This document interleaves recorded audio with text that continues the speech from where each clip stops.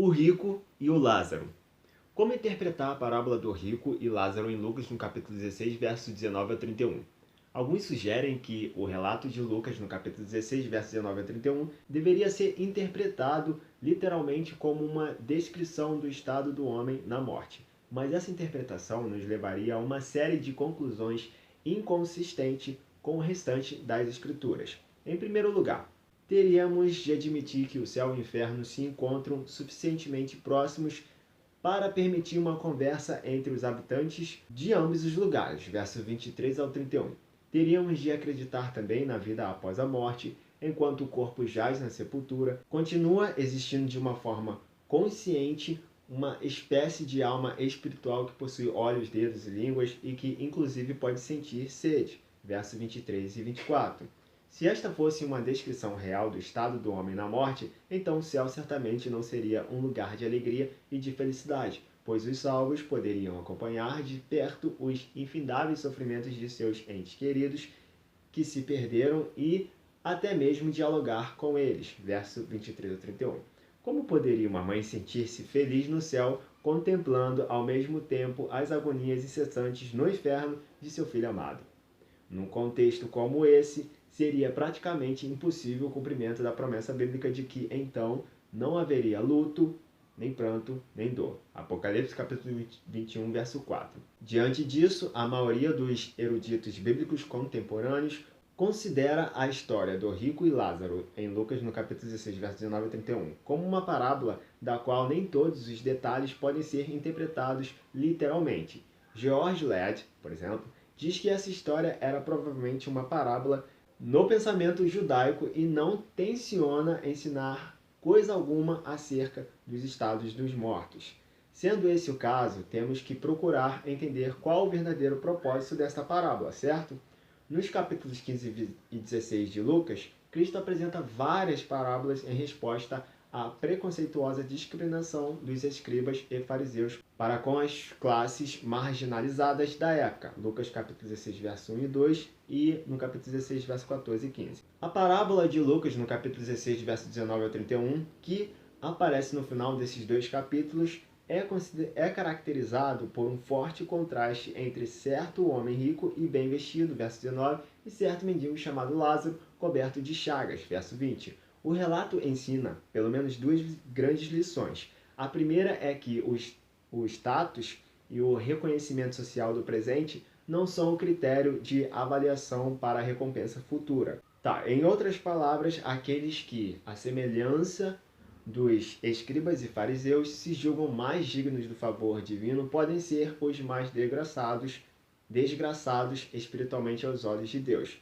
Compare aí com Mateus no capítulo 23. A segunda lição é que o destino eterno de cada pessoa é decidido nesta vida aqui e jamais poderá ser revertido na era vindoura, nem mesmo pela intervenção de Abraão. Lucas capítulo 16, versos 25 e 26. A referência à impossibilidade de Abraão salvar o homem rico do seu castigo reprova o orgulho ético dos fariseus que se consideravam merecedores da salvação por serem descendentes de Abraão. Veja aí em Lucas no capítulo 3, verso 8, e no capítulo 13, verso 28, João capítulo 8, verso 39 e 40, e 52 a 59. É importante lembrarmos que um dos principais básicos da interpretação bíblica é que não devemos fundamentar doutrinas nos detalhes acidentais de uma parábola sem primeiro verificar se as conclusões obtidas estão em perfeita harmonia com o consenso geral das Escrituras.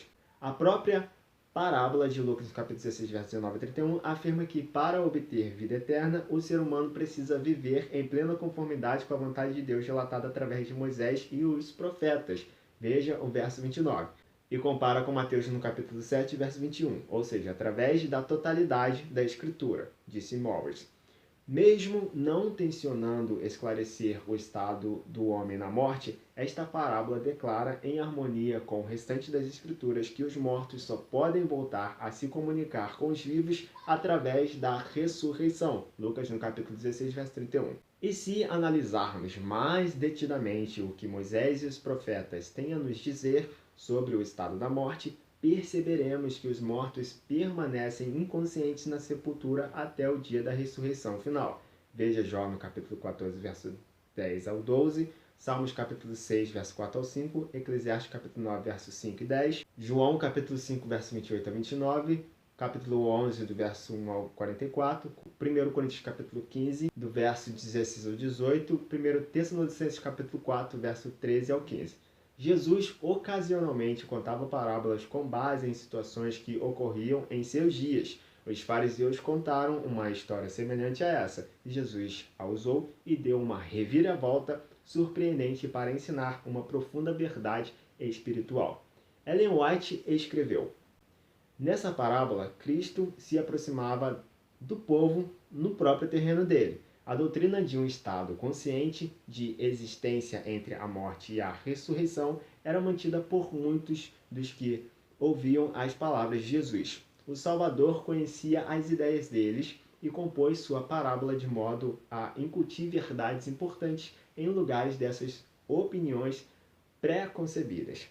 A parábola do rico e Lázaro apresenta dois grupos de pessoas, um que usava as riquezas para si mesmo e outro que servia a Deus em sua pobreza. Os líderes da nação judaica reivindicavam serem filhos de Abraão e viverem como ele, chegando a crer no seio de Abraão. Veja João capítulo 1, verso 18, João no capítulo 13, verso 23, Deuteronômio capítulo 13, verso 6. Mas não compartilhavam a generosa hospitalidade que Abraão praticava. Veja Gênesis capítulo 18, verso 1 ao 5. Lázaro representa os pobres sofredores que creem em Cristo.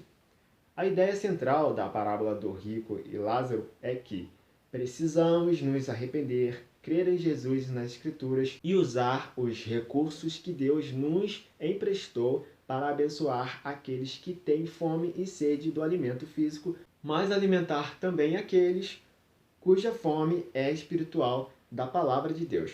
O que indivíduos, nações e igrejas fazem com as bênçãos de Deus nesta vida determinará sua recompensa futura.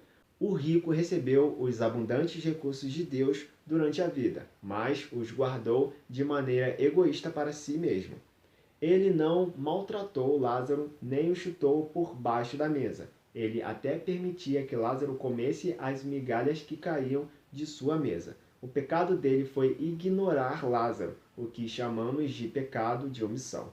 Nessa parábola, Cristo se aproximava do povo no próprio terreno dele.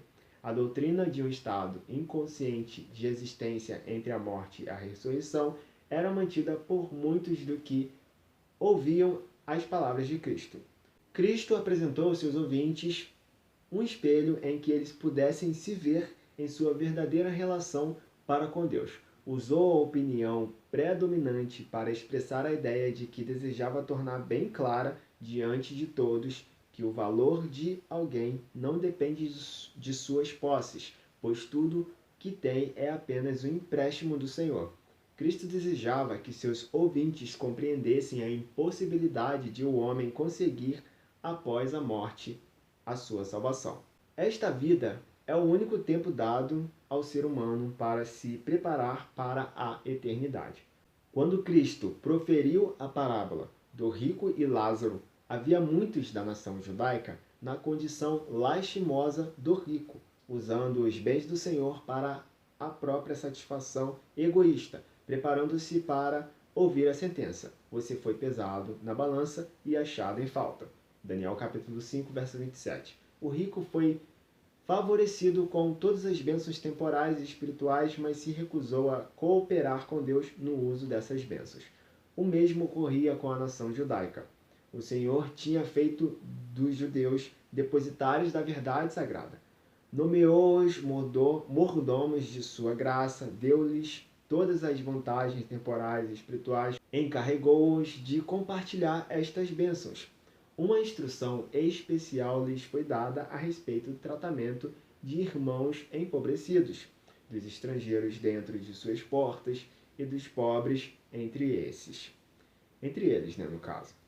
Não deveriam procurar ganhar tudo para o proveito próprio, antes deveriam lembrar-se dos necessitados e repartir com eles.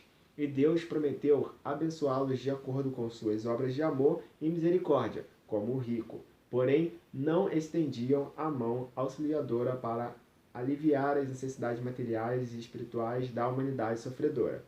Cheios de orgulho, consideravam-se o povo escolhido e favorecido de Deus. Contudo, não serviam nem adoravam a Deus. Depositavam confiança na circunstância de serem filhos de Abraão.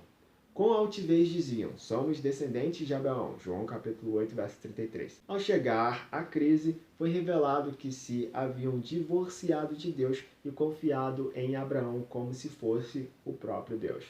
Isso é uma coisa muito triste que pode estar acontecendo com a gente. Por isso, examinemos a nós mesmos e clamemos ao Pai por auxílio enquanto há tempo, pois logo Ele irá vir nos buscar, mas levará somente aquele que entendeu a sua posição de necessidade de um Salvador. Ele não quer nos condenar, mas antes quer nos salvar. Você quer ser salvo por Cristo? Então permita que Ele molde seu caráter sem reclamar, apenas confie. Mas entenda que matar o seu eu para que Cristo reine em sua vida é um processo muito doloroso e leva tempo. Você está disposto a isso? Está disposto a fazer e atender somente os planos de Deus para a sua vida, assim como Cristo, os apóstolos, os patriarcas e profetas e tantos outros servos de Cristo fizeram? É certo que Deus te abençoa todos os dias, mas o que você fará com isso é o que determina e determinará a quem você pertence e o que você quer, se é a vida eterna ou a morte eterna. Faça você a sua escolha. Se você gosta dos vídeos aqui do canal e você quer dar um suporte para este canal, eu vou deixar os meios na descrição desse vídeo. E para esse conteúdo aqui chegar às outras pessoas, é só você compartilhar ele ou deixar nos comentários o que você achou desse conteúdo aqui ou simplesmente deixar o seu like neste vídeo. E se inscreva no canal e ligue o sininho de notificações para ficar por dentro dos próximos conteúdos que vão rolar por aqui. E claro, aqui está aparecendo dois cards para você. Uma é uma recomendação do YouTube e o de baixo é uma playlist que eu já deixei preparada para você. Muito obrigado por você ter assistido esse vídeo e eu aguardo e espero você no próximo vídeo. Tchau, tchau e fui.